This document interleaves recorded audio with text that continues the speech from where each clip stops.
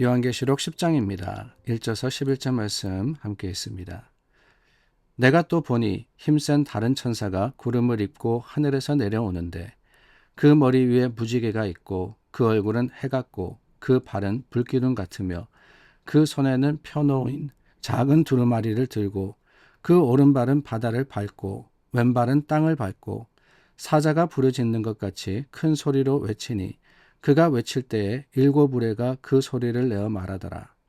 일곱 우레가 말을 할 때에 내가 기록하려고 하다가 곧 들으니 하늘에서 소리가 나서 말하기를 일곱 우레가 말한 것을 임봉하고 기록하지 말라 하더라. 내가 본 바 바다와 땅을 밟고 서 있는 천사가 하늘을 향하여 오른손을 들고 세세토록 살아계시니 곧 하늘과 그 가운데에 있는 물건이며 땅과 그 가운데에 있는 물건이며 바다와 그 가운데에 있는 물건을 창조하신 이를 가리켜 맹세하여 이르되 지체하지 아니하리니 일곱째 천사가 소리내는 날 그의 나팔을 불려고 할 때에 하나님이 그의 종 선지자들에게 전하신 복음과 같이 하나님의 그 비밀이 이루어지리라 하더라. 하늘에서 나서 내게 들리던 음성이 또 내게 말하여 이르되 내가 가서 바다와 땅을 밟고 서 있는 천사의 손에 펴놓인 두루마리를 가지라 하기로 내가 천사에게 나아가 작은 두루마리를 달라 한즉 천사가 이르되 갖다 먹어버리라. 내 배에는 쓰나 내 입에는 꿀같이 달리라 하거늘 내가 천사의 손에서 작은 두루마리를 갖다 먹어버리니 내 입에는 꿀같이 다나 먹은 후에 내 배에서는 쓰게 되더라. 그가 내게 말하기를 내가 많은 백성과 나라와 방언과 임금에게 다시 예언하여야 하리라 하더라. 요한계시록 6장에서 18장까지는 크게 세 가지의 심판이 기록되어 있습니다. 일곱 인의 심판, 그러니까 두루마리에 인이 찍혀있던 것이 하나씩 열리면서 재앙이 내리는 것과 또 일곱 나팔의 심판, 저희가 계속해서 일곱 나팔의 심판을 나누고 있는데요. 일곱 나팔의 심판이 있고 나팔이 불 때마다 또한 임하는 재앙이 있었습니다. 그리고 마지막으로 일곱 대접, 접시죠. 일곱 대접의 심판이 기록되어 있습니다. 근데 이 심판들이 진행이 되면 진행이 될수록 그 강도와 또한 환란의 깊이가 세지고 또 깊어집니다. 오늘 본문 말씀은 이 중 두 번째 심판인 일곱 나팔의 심판 가운데 여섯 번째 나팔의 심판입니다. 이미 앞서서 다섯 번째 나팔까지 심판이 모두 끝났는데 그 결과 지금까지 일어난 일로 인해서 어떤 상황이냐, 이 세상의 모든 것에 3분의 1이 파괴되어서 그 기능을 상실해버린 그런 상황이었습니다. 그리고 이마에 인침을 받지 아니한 자들 가운데 이미 3분의 1, 그 3분의 1의 사람들이 황충이죠. 황충으로 인해서 5달 동안 죽지도 못하고 고통을 당하고 있는 그런 상황이었습니다. 근데 그때 일어난 여섯 번째 나팔의 심판은 그야말로 죽음과 그리고 애통하는 소리가 진동을 하는 끔찍한 재앙이었습니다. 14절과 15절 말씀해 보니까 유브라데에 결박한 네 천사가 놓임으로써 이 재앙이 벌어지는데 그들이 누구였느냐? 사람들을 죽이기로 준비된 자였다라고 했습니다. 악한 천사, 악한 영이었죠. 이들을 풀어주자 많은 군대를 거느리고 와서 생존해 있던 사람, 그때까지 남아있던 사람 중에 3분의 1을 무참히 죽인 겁니다. 3분의 1, 여러분 생각해 보시기를 바랍니다. 내 가족이면은 그 중에 한 사람은 반드시 죽는 겁니다. 얼마나 애통하고 얼마나 고통스러운 그런 심판입니까?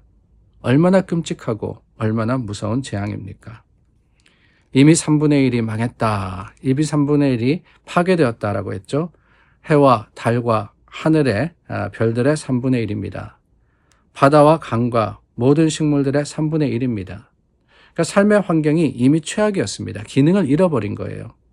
근데 거기에 넷째 인의 심판 때 사람들 가운데 4분의 1이 죽임을 당했는데 생존자 가운데서 또 3분의 1이 죽임을 당한다. 무섭고 끔찍한 재앙이 아닐 수가 없습니다. 그런데 여러분, 사람들이 얼마나 무지하고 악한지 문제가 뭐냐.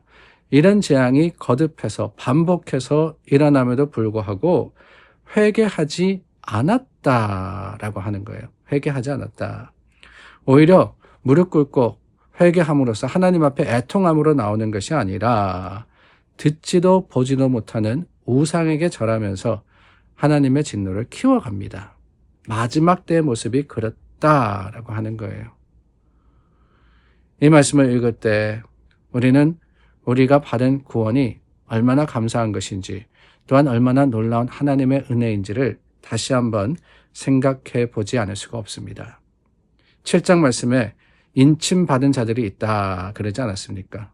14만 4천 명이라 그랬는데 이 숫자는 완전한 숫자로서 9절에 나오는 각 나라와 온 백성과 방언에서 셀 수 없는 그 무리, 이 무리가 이미 인침을 받음으로써 구원에 이르렀습니다. 흰옷을 입고 찬양합니다. 구원하심이 보좌에 앉으신 어린 양과 하나님께 있도다 라고 외쳤습니다. 근데 그 사람들을 제외한 나머지 사람들을 이야기하는 거예요.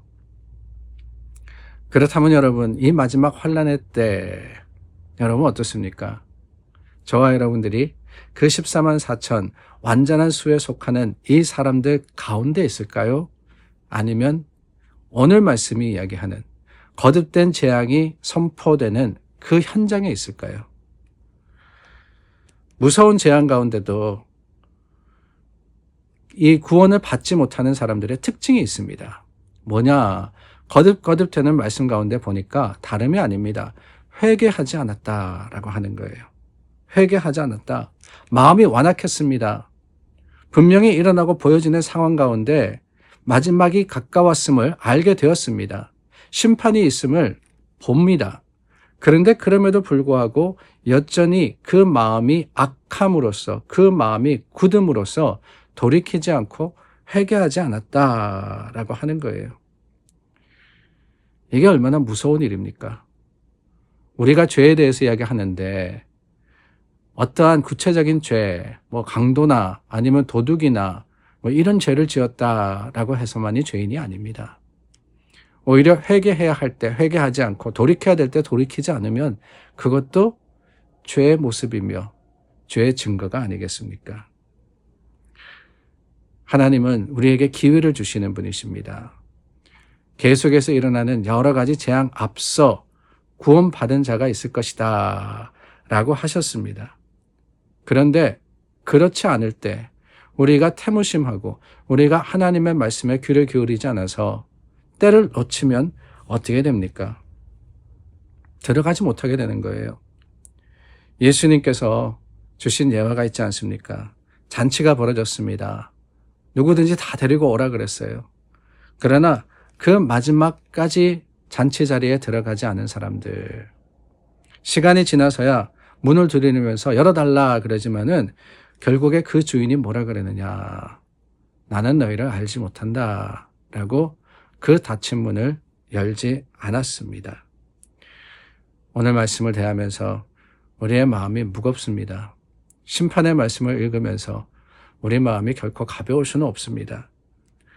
아니, 우리가 구원받지 못해서가 아니라 우리는 그 14만 4천 명에 들어있다 할지라도 일어날 일을 모르고 오늘을 살아가는 너무나도 많은 사람들이 있기 때문에 이런 재앙이 분명히 일어남에도 여전히 세상에 취하여서 그때를 알지 못하고 그때를 예비하지 않는 사람들이 있기에 우리의 마음이 아플 수밖에 없습니다.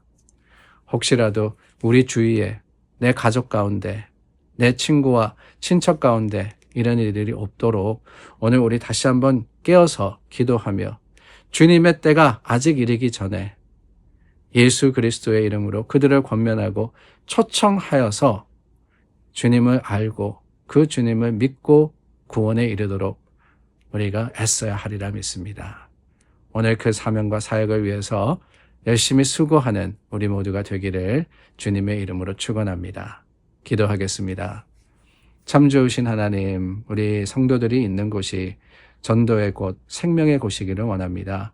하나님께서 우리에게 주신 그 놀라운 은혜를 나누는 귀한 하루가 되게 우리를 사용하여 주시옵소서. 예수님의 이름으로 기도드립니다. 아멘. 믿음과 소망의 풍성한 자랑이 저와 여러분들의 아름다운 고백이 되기를 원합니다. 우리 함께 기도하겠습니다.